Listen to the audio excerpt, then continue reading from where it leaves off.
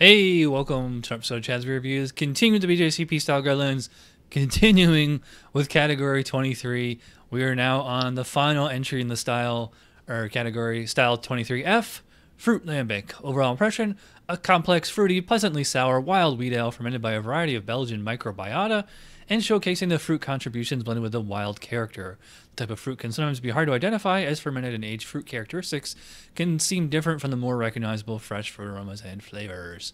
And I was going to get like Lindemans or something, common, but I saw this one. I've never seen this before. I thought it'd be interesting to try. So this is Troch Framboise Lambic, which means raspberry, from Lambic, Belgium. Could not find a date on this bottle, so who knows how old it is, but all right, so let's get to the comments, history, all that stuff. So again, most of this is the same as Lambic and Goose, so if you pause and read if you haven't seen those already. But let's check out the comments. Fruit-based lambics are often produced like Goose by mixing 1, 2, and 3-year-old lambic. That's exactly what Goose is. So really, they shouldn't be called fruit lambics. They should be called fruit gooses. Young lambic contains fermentable sugars, while old lambic has the characteristic wild taste. Fruit is commonly added halfway through aging in the yeast, and bacteria will ferment all sugars from the fruit. Fruit might also be added to unblended lambic. I assume that's quite rare, because unblended lambic is quite rare as it is. The most traditional styles of fruit include creek cherries, framboise raspberries, and Druvian lambic muscat grapes. So, all right, so I'm rambling. Let's dive into the lambic here, or fruit lambic, I should say. So just huge red raspberry on here. It has a tart kind of aroma. It definitely has like that clean lacto acidity to it. It's almost like the character. It's almost more like something closer to like a Berliner Weiss or a Goes with raspberry rather than a lambic. But I mean, it does have just a tiny little bit of that wild character, that countryside barnyard, etc. Those kind of characteristics. It's there, but it's not nearly as strong as just straight Goose or straight lambic. I mean, the red raspberry is really huge on this, and it smells. I mean, it's like a weird 50-50 combo of like really tart and really sweet. But and I'm surprised I didn't mention that on here. Is because a lot of these fruit lambics, like they're just straight Goose or lambic, and then they just add natural flavoring. I think that's even what it says on here. Yeah, with natural raspberry juice added. So this was even like real fruit, like mashed up like puree or anything. Like it's just lambic or Goose plus fruit juice. All right, so let's check the specs on aroma. The specified fruit the specified fruit should be the dominant aroma. Yeah, no duh. Although the moderately sour character blends with the aromas described as barnyard, earthy, goaty hay, horsey, and horse blanket, and thus should be recognizable as a lambic. Yeah, like I said, they're there, or at least like the general barnyard thing is there, but it's like very low compared to the straight lambic and the Goose. The fruit aroma commonly blends well with other aromas. True. An enteric, smoky, cigar-like, or cheesy aroma is unfavorable. No hop aroma. All right, well, yeah, no off flavors on that. So, to me, it smells absolutely delicious, but they're emphasizing that it should still smell like a lambic at the core. And to me, it doesn't really so much. So, I'm going to kind of penalize it. I could kind of go... I mean, to me, it's like... It's a 12 smelling beer, but to style, I think it's like closer to an 8 or a 9. I'm going to go 8. That seems low, but I don't know. All right, so appearance, well, obviously, I'm not sure if it's picking up on camera. It's kind of a purple color. Matches the 27 to 34 SRM perfectly.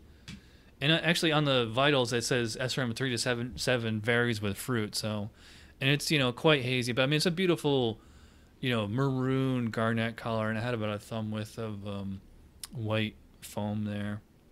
So, I mean, it's a good-looking lambic. I really should have this in a flute, but I don't have any. Check the specs on appearance.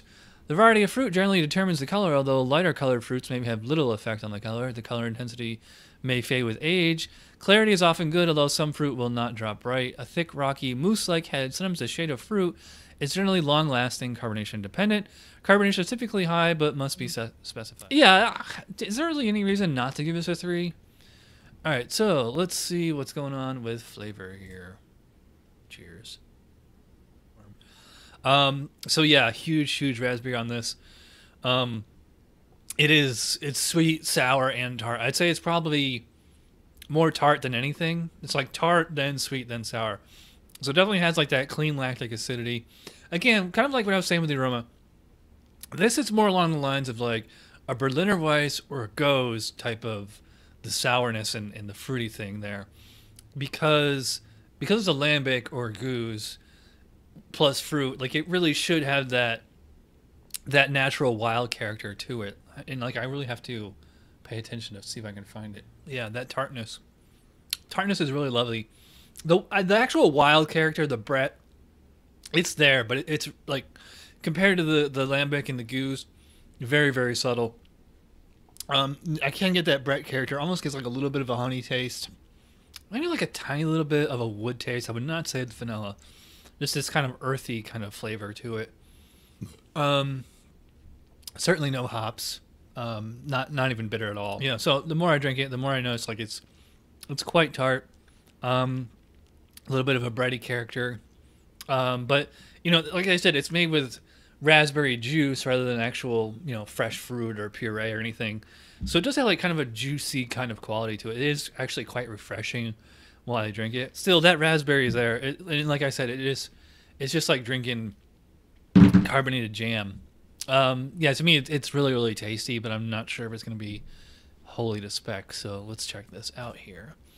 Flavor, the specified fruit should be evident. Yes, it is. Low to moderately sour flavor, often with an acidic bite in the finish. That's interesting they say low to moderate. So, yeah, I would say low to moderate sour. True, absolutely. With acidic bite in the finish. True.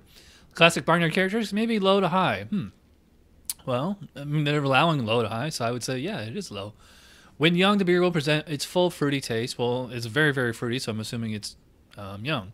As it ages, the lambic taste will become dominant at the expense of the fruit character. Thus, fruit lambics are not intended for long aging. The finish is commonly dry and tart, but a low complementary sweetness may be present. I would agree with that. Higher sweetness levels are not traditional, but can be included for personal preference. Sweetness level must be specified. Mild vanilla and or oak flavor is occasionally noticeable. Wow. I'm surprised they even mentioned that. An enteric, smoky, or scarlet character is undesirable. Yeah, I don't get anything like that. Bitterness is generally absent. True. Acidity provides balance. True. No hot flavor. True. Wow. Okay. Well, I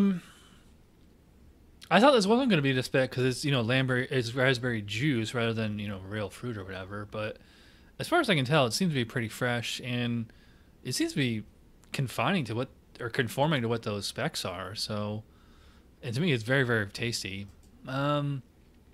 I mean, I don't think it's an absolute perfect example of the style because that actual lambic, the natural, you know, base lambic goose character is quite low.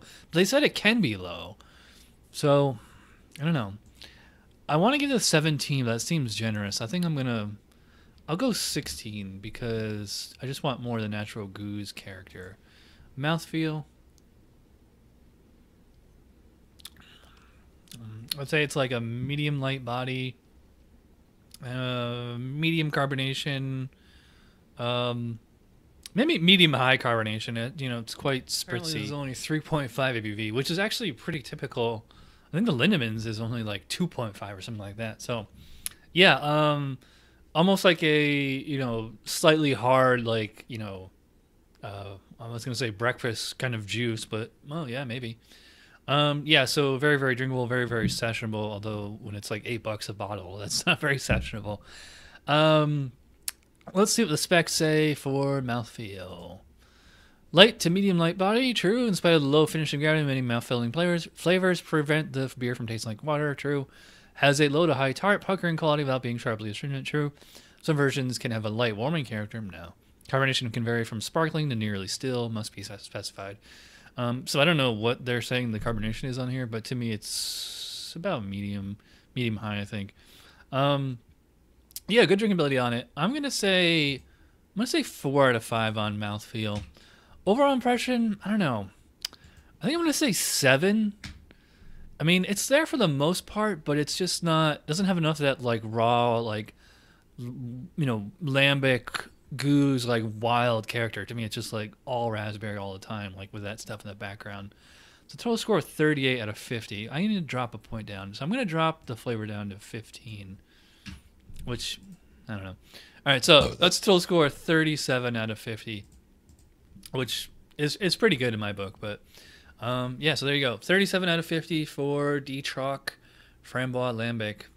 If I had known that this was raspberry juice, I probably would have got something more authentic. But trying to find something really authentic at a reasonable price, stateside is going to be quite a challenge. All right, so thanks for watching. I'll see you guys next time. Cheers.